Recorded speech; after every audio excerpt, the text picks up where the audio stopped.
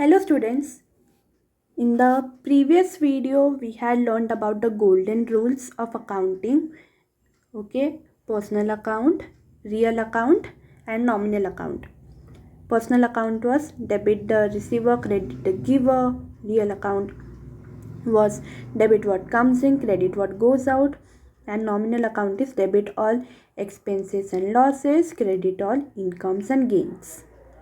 Okay, so here we'll learn why journal entries are done. Okay, how, what are the advantages of it, and what are the aspects that you are going to remember while posting a journal entry. Okay, so first of all we'll learn why does journal entry matter. Okay, basically what is the importance of journal entries. So journal entries is the bridge between a raw transaction and the ledger. So long time ago we had learned about the process, okay, that is the elements in accounting. Okay, so the first process was the first step was identifying the transaction, then journalizing the entry, then you are posting it in, you are supposed to post it in a ledger account, then you are preparing trial balance, then final accounts, right? So that you have to keep in mind here. Okay, so after identifying the transaction and before uh, posting the transaction in the ledger book, you are going to record a journal entry. The journal entry will support you when you are posting the same transaction in the ledger account. Okay, so that gives you an idea of where you are supposed to post the journal entry. Okay, so don't think about the ledger, but it's a gap. Okay, there's a gap between that, and that gap is being bridged, or that is been filled with the help of journal entries. Okay, there's a dual aspect, that is we are learned that the journal entry is a part of double entry system, and double entry system has two aspects. Okay, so debit and credit, both aspects are remaining intact. Okay, we are not disturbing the double entry system with the help of journal entries, and it is core evidence in audits, tax filings and decision making. So whenever there are audits, okay, that is the officials come and they check your business reports, your financial reports.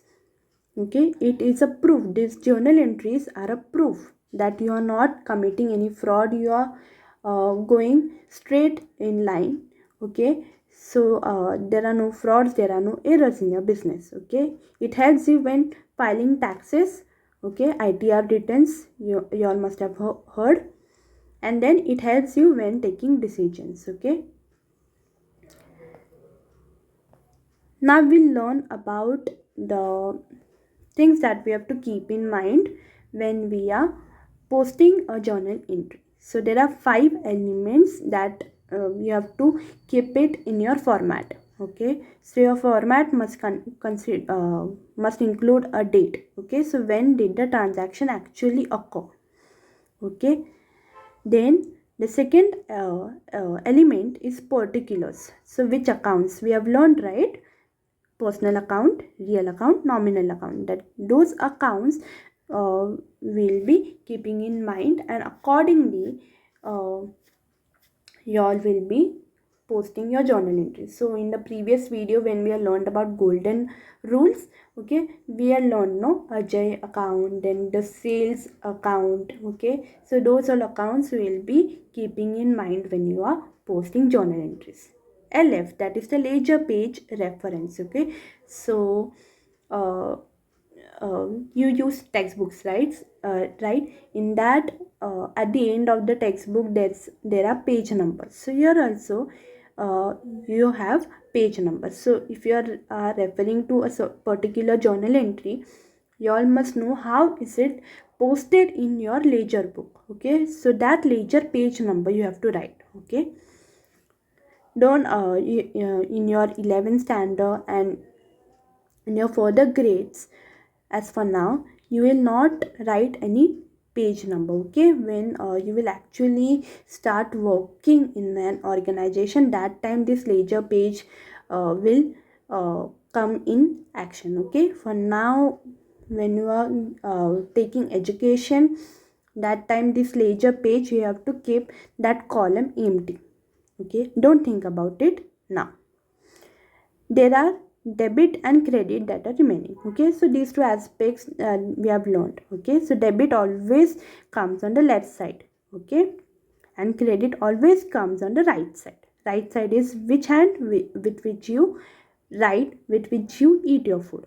Okay, so uh, these are the 5 elements. You have to keep it in your format compulsory. If one also element is missing, then you will lose your marks. Now the golden rules, I would like to revise it with you all once again. Golden rules are personal account, that is debit the receiver, credit the giver. Personal account. Okay, so I had given an example of my mom paying me 100 rupees. So my mom was the giver, I was the receiver. Okay, so my account will be debited and my mom's account will be credited. Okay, real account, debit what comes in, credit what goes out. What was coming in the business? In my case, cash was coming in, right? So cash account will be debited. In my mother's case, cash account was credited. Why? Because cash was going out from our business. Okay, so that is real account.